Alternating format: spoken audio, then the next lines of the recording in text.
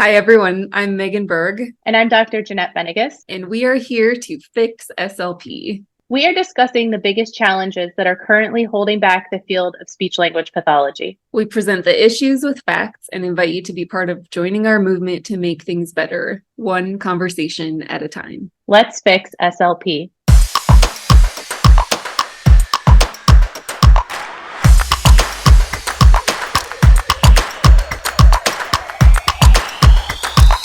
Hi, Fearless Fixers. Welcome back. This is Jeanette. This is episode 11. And we are so excited. Just a few days ago, we found out that we were number 94 on the USA Business Careers category on Apple Podcasts. And we kind of blasted it everywhere because we were so excited. And that caused a whole bunch of people to listen to episodes and more episodes. And now we're number 50. Congratulations, Megan. Yay! Thanks, Yay. everybody. It's kind of an exciting thing just to see our little icon on a list, and just fun to celebrate that. So what we'd really like for you to do, we never have asked this before on the podcast, but we would absolutely love it if you could go right now, hit pause, go leave us a 5-star review wherever you're listening. We don't want 4, we don't want 3, we want 5. A 5-star review. And also, if you could write a review about what you're loving, about what we're doing for the SLP community and what we're doing maybe for you personally or your state or what you've seen happening, because all of those things will help improve our visibility, whether we're on a list or not. People really aren't looking at lists, right? But people are looking at ratings and reviews, and that will bump us up in suggestions and when people are searching. And part of this movement is getting our name out there and making sure other SLPs see us, because not everybody is on Facebook. Not everybody is on Instagram. Not everybody is reading the posts that people are suggesting us on. And so we still have about 150,000 more SLPs to reach. And through the podcast is a great way to reach that. So please, please, please press pause, go write us a review, go give us that 5-star rating, and then come on back. The written reviews mean a lot, and that does help with the algorithms to bump us up and get us into more ears. So if the message that we have to share and the conversations that we're having are ones that you would like many, many other SLPs to have because there are strength in numbers, then it's that written review that's going to get us into more ears and in front of more eyes and expand this conversation even more. Yeah. And Megan and I took a little time once we landed on this list. We took a little time to investigate numbers of SLP colleagues who have well-known podcasts, and we were looking at download numbers per episode, and man, if we could have some of those listen numbers per episode, just think about the changes that could happen in this field. We keep saying over and over, Megan and I can't fix stuff for you. We can definitely advocate and help and organize and announce and encourage and dig, but we cannot change all of the things by ourselves. We need everyone's help. And that means more exposure to more people. And so, man, if we even had 10,000 listens an episode, just think about what that would do to the field of speech pathology. It would be amazing. And not Thanks amazing again. just because people would be listening to us and like No. agreeing with us. Just amazing that SLPs would be having conversations and like Yes. we don't necessarily want to dictate where those conversations go, but just the energy where SLPs feel empowered to start to Mm-hmm. fix things in our field. I can attest that Megan would rather not be in the public eye. Probably the idea of 10,000 listens an episode makes her very uncomfortable. But yeah, this isn't about us. This is about changing speech language pathology for the entire community, and then the trickle down effect of changing the way things happen for the people that we serve. Eventually we have other topics that we are going to move on to of things that need fixed. If you're new to listen, you can circle back to the SLP data initiative that we took part in about 10 months ago. And you can look at the strengths and weaknesses that 5,000 to 7,000 SLPs identified in the field of speech pathology. And we want to talk about some of those things. It's a good place to look and see where you land on some of those topics. So eventually, yes, we are going to move on, but somehow we are still talking about our first topic. So what's that topic, Megan? What are we going to talk about today? We are still unpacking the CCC. Why do so many SLPs feel like we have to have it? Why is there sort of a cultural divide between practicing SLPs and academic SLPs about what the CCC represents? And recently we posted an Instagram to our stories asking people to tell us things that they've learned from this podcast. And an academic SLP responded and in a very patronizing tone said that she learned that Fix SLP doesn't understand the relationship between national certifications or the national certification and state licensing boards. And so what I was hoping we could do and just talk about ASHA. Is ASHA a regulatory body? Does ASHA regulate the field of SLP? And therefore, like, I guess I'm assuming what this person was saying is that we don't understand that ASHA sets the standard that state licensing boards are expected to follow. That's my assumption. And this person is assuming that we just don't understand that ASHA, in fact, regulates this field. Because we're idiots. We don't understand. We have done no research. We have not spent hours looking at websites and regulations and asking questions and emailing state boards who don't want to get back with us. We've done none of that. We don't understand. But we actually do understand. So the first thing I thought was, well, hey, if we're not educated, let's get us some education. So I went to the old internet and I looked up, what does the American Speech, Language, and Hearing Association do? This is what I found.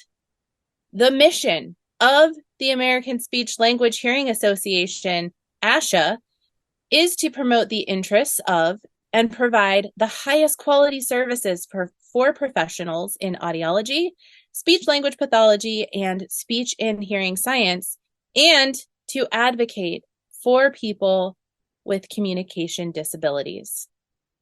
That statement doesn't say anything about regulation.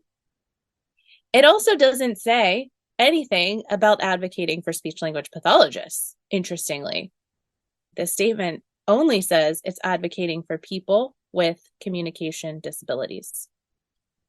I mean, this is where historically, especially in the case of speech pathology, the association kind of stepped in 1925 and then really in the mid 1960s to start to define what speech pathology was and is. And like similar to occupational therapy and physical therapy, we have sort of this oddball history. It's not like architecture where it's like it's very clear what the scope of an architect is, like they're designing buildings. But with the therapies, there was a little bit going on in the schools with stuttering and articulation. And then there was a little bit going on with World War I, World War II, with brain injuries, a little bit going on with the stroke population. There's just like all these little bits and pieces. And what ASHA did was kind of bring it all together under one scope. And like, we don't question that anymore. We don't say like, that's weird. Like, that's weird that somebody working with tracheostomy also has the same job title as somebody who's addressing school-based interventions. Like, that's not weird at all. Like, we don't think anything about it. It's kind of, I think at this point, it's always how it's been. and none of us were alive to see it any other way. And it's very hard for us collectively to envision any other way to do it. And so, because ASHA stepped in to fill that role and kind of define the field and define the scope, I think they're perceived as a regulatory body because they're getting to kind of decide what speech language pathologists treat and where they work and all of that. But really, that's just an association body that's making recommendations for the field. It's not like a hard and fast rule. I'm going to issue a correction, Megan. Okay. You said none of us were alive to see that, but you aren't on the Facebook where I meet all of our boomer friends who, again, I was going to say, it's people from 1925.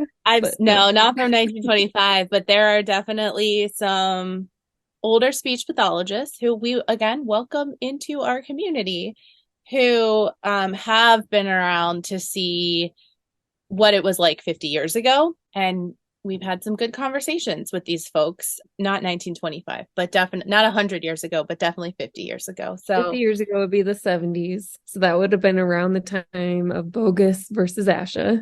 That was only like 20 years ago, Megan. I'm kidding. 70s? Okay. No, you're right. It's just one of those things. I wasn't even alive in the 70s, but could have been that long ago. That old. I feel like this is taking a turn and we're going to make some enemies with this. Listen, I have on jeans today that are branded as 90s jeans. I should have just kept my jeans from the 90s instead of spending money on new ones. Okay, right, but if you think about the 1970s, that was like 10 to 15 years into the CCC. And that was like when they were allowing non-academic SLPs into ASHA, but only if you paid for the certification. Like that was the beginning of all of this. And like we talked about before, like I think a lot of people thought it was a good thing because anybody could just open up a speech therapy practice regardless of their education or experience. And ASHA brought a much needed legitimacy to the field. And I think that's why historically, that's where those historical roots are. And they're so deep and they're so embedded and entrenched and entangled in everything. And so SLPs just view them as a regulatory body. But ASHA doesn't actually have any control over SLPs other than the ones who choose to pay for their certification. Yep. So we had this very friendly academic SLP put us in our place through Messenger, but also regular clinicians too still believe this. So just today, there's a conversation going on under a post. Again, Fix SLP was tagged. Thank you, everybody. I love seeing that. It just makes my heart warm. But there is someone who's asking really great questions, who legitimately wants to know about Fix SLP and what Fix SLP is going to do for the profession. And this particular person said, the problem is it's regulated. Okay, what was this in reference to? The CCC and the profession. The problem is it's regulated by ASHA and companies feel they have to follow ASHA. So while the CCC itself is regulated by ASHA, the profession is not. So I just provided a little education there about that. But there's clinicians who think that still. And I think we've touched on this in our posts and on podcasts before, but ASHA would love for you to believe that they are a regulatory body who gets to say what you do and don't do. But that's not the case. I mean, they do set the scope. Yeah. But even then, how does that all work? So ASHA decides, like, this is the scope of speech language pathology. If you're going to call yourself a speech language pathologist, you can treat literacy and you can treat tracheostomies. I think probably those are recommendations that then also trickle down to the state level. So I can only speak from where I'm coming from. And where I'm coming from is as a mobile fees owner with extensive knowledge about fees.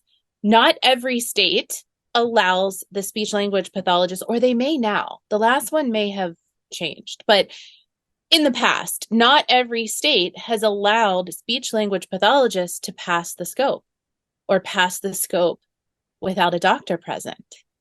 So those, while ASHA would say that it is in our scope of practice, there are particular states that would say that's not in your scope of practice. Very specifically, the state of Pennsylvania.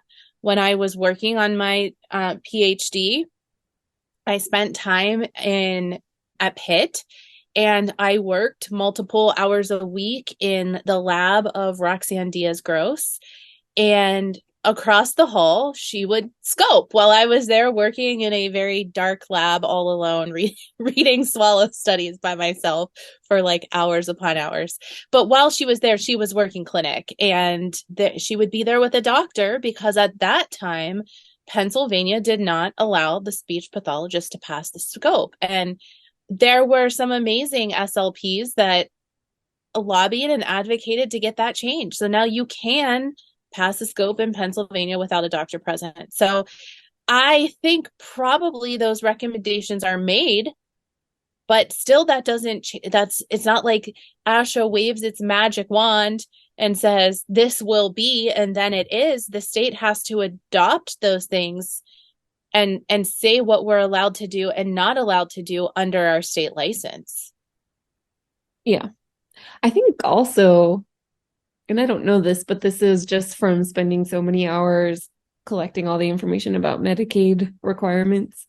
I noticed a lot that Medicaid would kind of list out what speech pathology services would be covered. So I think like a lot of this, it's a blend of insurance and state regulation and ASHA recommendations. But even if it's not covered by Medicaid, then we would have the right to provide a service for cash. It doesn't mean we're not allowed to do it. Yeah. It just means Medicaid or Medicare isn't going to pay for it. And PT does a lot of that. PT does a lot of things that aren't necessarily covered. And then, well, the private practice owners, that's how they make their money. They bill insurance and then they add on these cash only modalities to their service so they can make more. We don't have a ton of cash only modalities. That's the problem with us. Well, we have a lot of problems that we are here to help fix. That's one of the problems, is we have not yet found our way to a ton of cash only modalities to boost our income. While Megan is on pause, I told her today, we record this and we make content and we do all of the things that you are seeing us do in our free time because this isn't our job. So I told her we are living life, not running a Fortune 500 company. So we try to record and meet when Megan has childcare, and she doesn't have childcare this week. So she's got a sweet little girl that is up early from a nap. So she's trying to get her settled. So I'll keep talking to you. So okay. Well, I was just going to say, thank you. Welcome. To bring it back to physical therapists, they have the American Physical Therapy Association, which also, continues to evolve and define the PT scope of practice, and they make recommendations, but they do not sell a national certification that is required for physical therapists. So for people saying we don't understand the relationship between a national certification and state licensing boards, I think what they're saying is that this national certification sets the standard. And without that standard, the state licensing board wouldn't know what to do. They wouldn't know what to require. And I think, again, we can just look to our physical therapy colleagues as a model because they don't have a national certification. APTA, AOTA, ASHA, they could all come up with different requirements or recommendations that state licensing boards could follow. And that does not have to be a $225 fee that's put on the backs of working clinicians year after year after year. It doesn't cost that much money to make a recommendation and communicate that to state licensing. Right. I think where people start to get confused too is we have ASHA making these recommendations about our scope and trying to help define what we do and who we are and what we advocate for. But then they sell this certification product that gets confused, and we keep calling it a twisted web, right? It's this twisted web of recommendations and being a membership association, but then also selling this product where the fee is twisted up with the certification product and the membership. And it's just this whole confusing thing to people that people don't really understand at this point, haven't understood, I guess. They're separate. And ASHA can regulate the CCC because it's their product. Just like if you open your own business, you get to regulate what happens in your business within the law. So ASHA gets to do that. They get to do it, and they'll change the requirements of the CCC, or at least getting the CCC, based on what the universities and the market are telling them. So we've seen changes every couple years. The requirements for the CCC change, and that's based on feedback.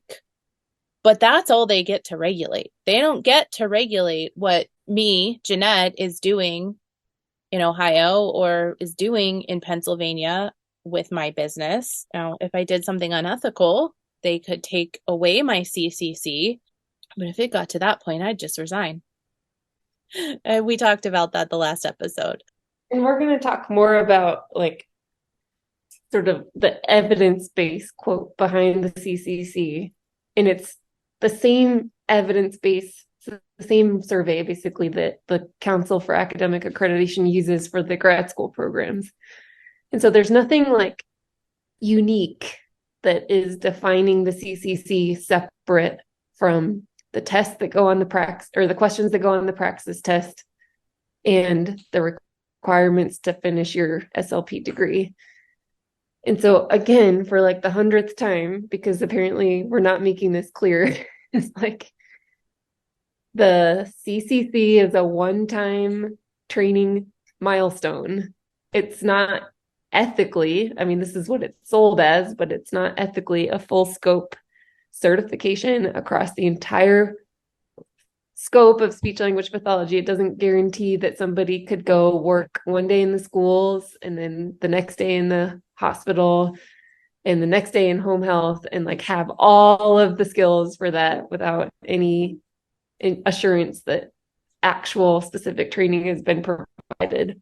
And so where was I going with this, or where did I come from with this? It's like, well, like paying $225 a year, like it's just completely worthless. But because the certification has blown up to be like the thing that defines a good, quote, good speech language pathologist and regulates, quote, regulates the field, that we all have to have the certification. And like, we don't question that it's odd that we're having to pay to reinstate it every year when it was just a one-time training milestone that doesn't with that. Like, this is a good place for me to insert that. We've mentioned on our social, I think, that I have been back and forth with Toby Dynavox about their requirement that someone with the CCC sign reports for AAC devices for evaluations.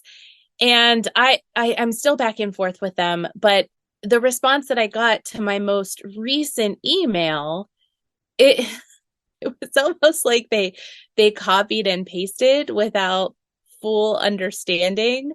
And again, this is what they told me. Well, ASHA defines the CCC certificate as the CCC SLP demonstrates to patients, employers, and organizations that you are committed beyond the basic requirements for the state licensure in the field of SLP. Okay, great. I'm pleased that ASHA has defined that for you, Toby Dynavox, but that is not the regulation that comes from Medicare and Medicaid. Those are different things. So just because ASHA says that, this is us being committed, and you've heard me rant about this already if you've been listening from the beginning, ASHA says we're committed beyond, that does not define my ability to do an AAC evaluation and sign it, right? No, Like that, so no. that I recommendation, like that definition is not a regulation. That doesn't mean I have to have the CCC to do the job. And so they did give me more, but the problem is they didn't give me links to regulations. And so I don't know if their response is based on the SLP rumor mill and all of the misinformation that we are trying to undo. Is that where their policy comes from, or is it from actual regulation? yeah, So it's not we have to dig from into that further. I've invited them to a conversation. Hopefully they decide to join, because that would, having a conversation with them and hashing this out is, I think, the best way to do this. But if yeah. they don't want to, we'll come to you guys and we'll dig in together. I mean, Medicare is regulated at the federal level. So Medicare does not require the CCC to bill, period. And that's a very clean cut conversation because it's not left up to the states like Medicaid is. And I don't know the full history of that, but I'm sure there's just some crazy story about how it turned out that Medicaid was regulated by each individual state. But there are a But handful of states, with 8 states, that require the CCC to bill Medicaid. So it would be those states that are required to have the CCC to bill for an AAC evaluation. But like I have my CCC right now, not for much longer, but I have it right now, and I should not be completing an AAC evaluation. I don't now I'm an have the AAC training, I don't have the professor, so experience. I could. I literally teach it. But if I let my CCC go, Toby Dynavox is saying, and by the way, Pranky Romick is saying the same thing. I just have not yet been able to connect with them, only with the person who came to speak in my class yesterday was the beginning of the conversation. But if I were to let my CCC go, as I'm never going to call myself an AAC expert, but I do have decent knowledge. If I let the CCC go today, then I wouldn't be able to sign an eval, at least with Toby Dynavox and PRC. But what they are saying, they did say in this email, the CCC is a Medicare requirement for the CCC evaluation. You said for the CCC evaluation, but you meant the AAC Yeah, I'm evaluation. sorry. All these letters, all these, It's not because I emailed CMS and I asked them very specifically and they said it's not. So right. Well, yeah, you asked very specifically if it was required to bill Medicare as a speech pathologist, but they're saying the CC. Okay, here's what they wrote. I'll just read it. Obtaining a speech generating device, insurance requirements. Are CCCs required to sign an SLP evaluation for Medicare to obtain a speech generating device for a patient? Answer: yes. CCCs are a Medicare requirement for the SLP evaluation. A licensed SLP can sign the report, but he or she will need a supervising SLP with the CCCs to sign the report as well. So we may need to reach back out to Medicare to confirm that or deny that. But again, there was no link to any regulation in anything that they sent me. And so that's where the problem lies. Hopefully they'll jump back in and say, yeah, let's talk about it, but they might not want to. psu.edu, is that Penn State University? Yeah. Yeah. They have this thing that has information about device coverage. And they say what a speech pathologist is. They say speech language pathologists are licensed health professionals educated at the graduate level in the study of human communication, its development, and its disorders. The SLP must hold a clinical certificate of clinical competence in speech language pathology from the American Speech Language Hearing Association. Is that just Penn State's opinion on the matter? I don't know. Or is that Medicare's opinion? And then because the information is so hard to find from Medicare, are these companies just relying on this Penn State website? And that's where they're getting their as an information. educator, Penn State has a big voice in the community. I don't know, maybe I should reach out to them. Here we go. Okay, this is at cms.gov/Medicare coverage database. A qualified speech language pathologist for program coverage purposes meets one of the following requirements. The education and experience requirements for a CCC granted by ASHA, or meets the educational requirements for certification, is in the process of accumulating the supervised experience required for certification. So let's define the I think or. what they're saying is like, no, but they were saying that you're in the process of it. So that would be like a CF. Oh, You have to be in the process of it. So what does the education and experience requirements for a CCC granted by ASHA? To me, that means you just have to have the equivalent. right. The equivalent. But they're saying with the or that someone's with the CCC still needs to sign it. But what you just said there would mean that in the or you get to sign it yourself if you're in your professional experience. In your CFY, yeah. So Toby Dynavox themselves said if you're in your fellowship, you have to have Medicare says you have to have someone sign for you.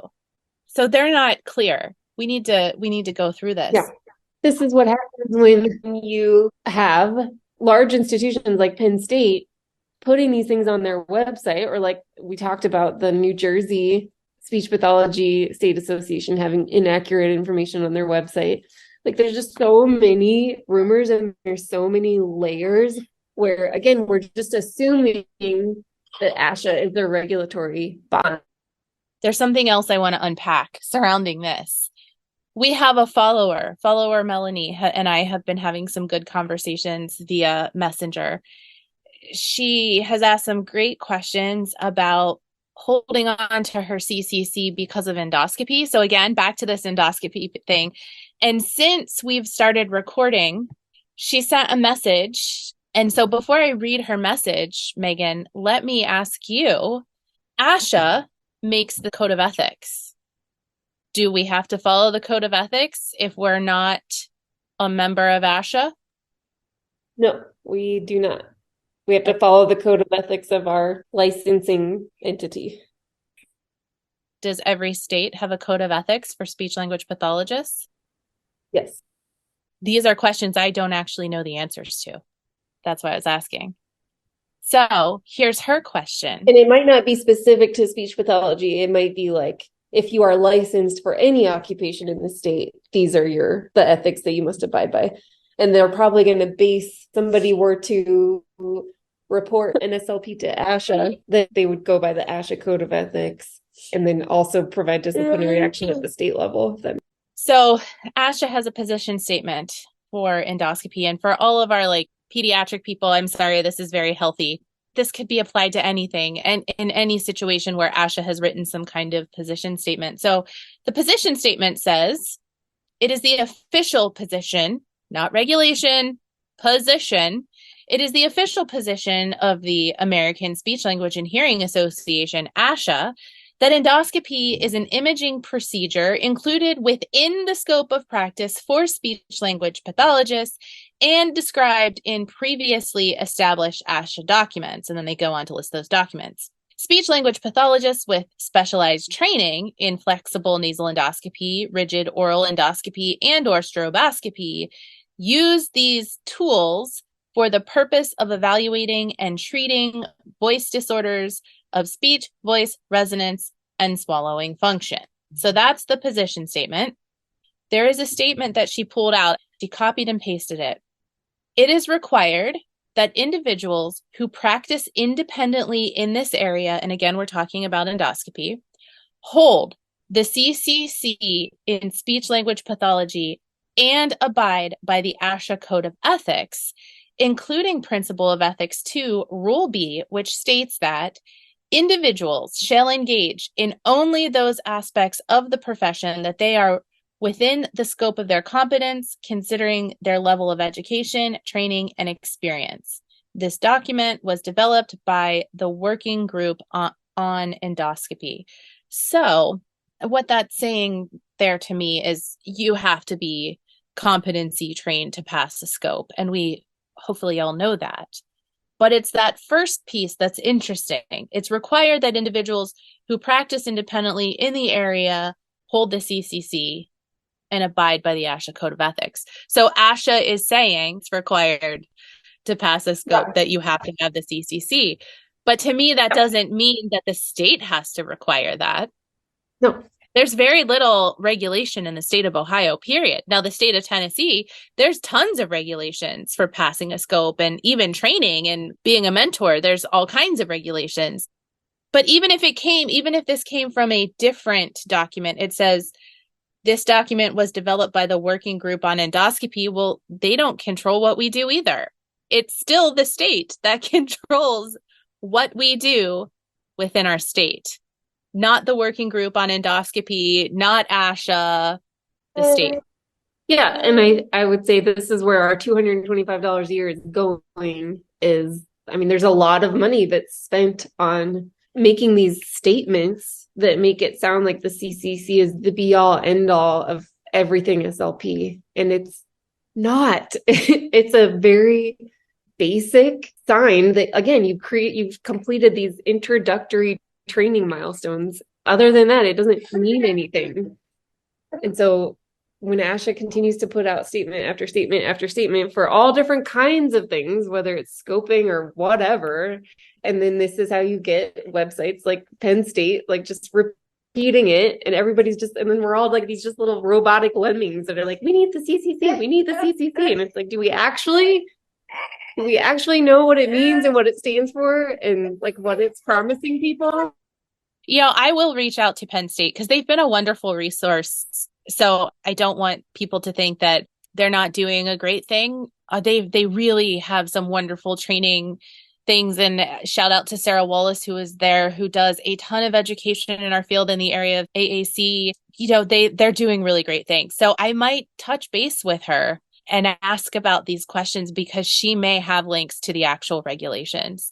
And then maybe even I suggest like, hey, could you put a link to the regulation where you have that on your website, just so there's transparency so people understand where these things are actually coming from. I think that would be helpful. So maybe even before I go to PRC and start that conversation, I'll try to connect up with her. But this is like, I mean, I saw you had commented on somebody's survey. Is that right? Or they were doing some research and they wanted us to participate. In order to participate, they had to have the CCC. And it's like, well, why? Why do you have, why? And their response was something like, that's how we can ensure that they are all adequately trained. Is that right? Or licensed? Right. Yeah. There's a very simple solution to this is like, instead of asking for somebody's CCC number, they just ask for their state license number. And I think one little thing that we can all be doing every day in our clinical practice is just questioning people. Yeah. Like anytime you see that a CCC is required, just ask why. I'm willing to bet is like not going to be a great response other than this whole like, well, that's how we know that they're qualified as an SLP. And it's like, nope, you can be a licensed, like that's what we need to be looking for is licensed SLPs. This was from a university in New York, and that's exactly what I did because they are looking to collect some data related to motor speech. And I'm also a motor speech professor. So I would be a great person to jump in. And I'm someone who wants to support the research in our field. But requirement number 1 says, are a certified SLP parentheses CCC SLP. And given our movement here, I just very nicely asked the question, can I ask why the CCC is required? Your state only requires a state license to practice and bill Medicaid, and that license has equivalent requirements. Other people jumped in with information that wasn't correct, but I will jump down to what the researcher said. Because we're recruiting from all over the country and requirements for practice vary widely, the easiest and cleanest way to ensure we're getting licensed SLPs for this study is to require the CCC. This is consistent. Very widely? Mm-hmm. Yeah, well, I'll read my response. This is consistent with other research in our area as well. This is definitely something we'll think about in the future to be more inclusive. We appreciate your understanding. So a very nice response. And I let her know, I said, all states have state licensure requirements. that are equal to or more rigorous than the CCC. Further, the Interstate Compact will not require the CCC. Thanks for considering it for the future. The face of SLP is changing, and we need to let go of these archaic practices that are tying SLPs down. And she didn't respond, but she did like the post. And so, so many of you are doing so many great things and like jumping in and educating. And so this is just another way to do that. Like Megan said, question why these requirements are there and ask why. And their answer was, well, that's how we've always done it, and that's how everyone's doing it. So now be the change we need to see, and be the first person who just requires the state license. Because then the next person, the person who reads your research and cites it and uses it as a guide will follow suit. It just takes one person to make the change. One.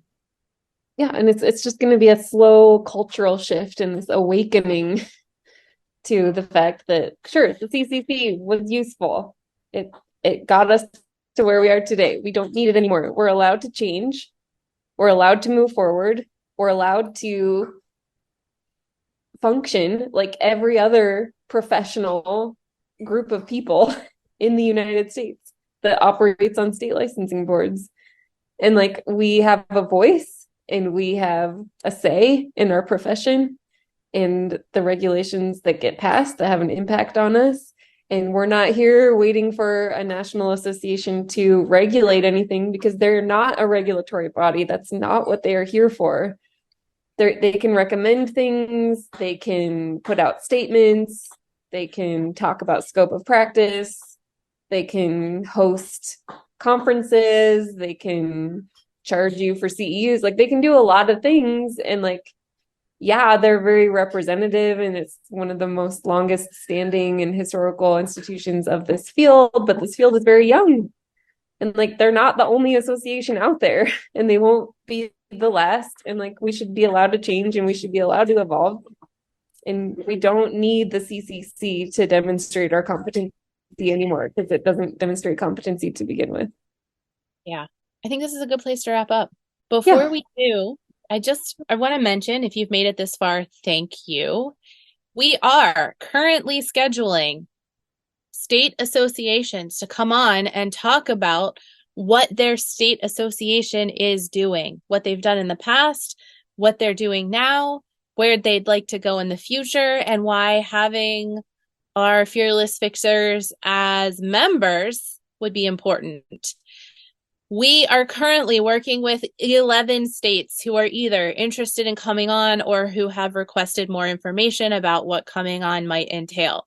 So if you would love to hear your state talk about those things for about 15 minutes on our podcast, please let them know. Maybe send them a message, go to your state association page and ask the question, send them our way.